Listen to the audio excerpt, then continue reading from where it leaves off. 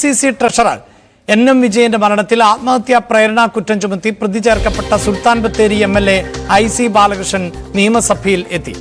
പ്രതി ചേർക്കപ്പെട്ട ശേഷം IC ബാലകൃഷ്ണൻ വയനാട്ടിൽ ഉണ്ടായിരുന്നില്ല. IC ബാലകൃഷ്ണൻ ഉൾപ്പെടെയുള്ളവരുടെ മുൻകൂർ ജാമ്യാപേക്ഷയിൽ കൽപ്പറ്റ സെഷൻസ് കോടതി നാളെയാണ് വിധി പറയുക. VV അരുൺ ഉണ്ട് വാർത്തയുടെ വിശദാംശങ്ങളുമായി. അരുൺ, നിലവിൽ അറസ്റ്റ് തടഞ്ഞുകൊണ്ട് കോടതിയുടെ ഇടക്കാല ഉത്തരവുണ്ട്.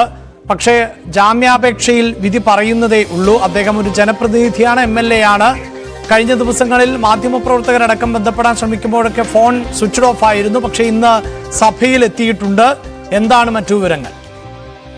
IC Balakrishnan MLA സഭയിലെത്തി. അദ്ദേഹം നേരത്തെ ഒടുവിലാണ് കേൾക്കുന്ന വാർത്തകൾ വന്നിരുന്നു. ബാലകൃഷ്ണൻ ഒരു ഘട്ടത്തിൽ തള്ളി പറഞ്ഞു. പക്ഷേ അതിനുശേഷം ACC അധ്യക്ഷൻ K. സുധാകരൻ കേസിൽ പ്രതികരണം ഒടുവിൽ പോകുന്ന സ്വാഭാവികമാണ്. അങ്ങനെ മാത്രമേ ബാലകൃഷ്ണൻ മാറിന്നിട്ടുള്ളൂ എന്നുള്ളതാണ്. ഏതായാലും ഇന്ന് അദ്ദേഹം സഭയിലെത്തി. അദ്ദേഹത്തിന് കോടതിയുടെ സംരക്ഷണമുണ്ട്. അറസ്റ്റ് ചെയ്യപ്പെടുന്നതിന് സംരക്ഷണം തിങ്കളാഴ്ച വരെയുണ്ട്. നാളെ മുൻകൂർ ജാമ്യാപേക്ഷ വിധിയും വരാതിരിക്കുന്നു. ഏതായാലും ഇന്ന് അദ്ദേഹം സഭാ സമ്മേളനം ആരംഭിക്കുന്ന ദിവസം തന്നെ നിയമസഭയിൽ എത്തിയിരിക്കുന്നു. അല്പം വൈകി അദ്ദേഹം സഭയിലേക്ക് എത്തിയത്. രാവിലെ 9 മണിക്ക് സഭ സമ്മേളിക്കുമ്പോൾ അദ്ദേഹം സഭയിൽ ശേഷമാണ് അദ്ദേഹം നിയമസഭയിൽ എത്തിയത്. അദ്ദേഹം ഈ സെഷനിൽ എല്ലാ ദിവസവും പങ്കെടുക്കുമ്പോൾ തന്നെയാണ് ലഭിക്കുന്നത്.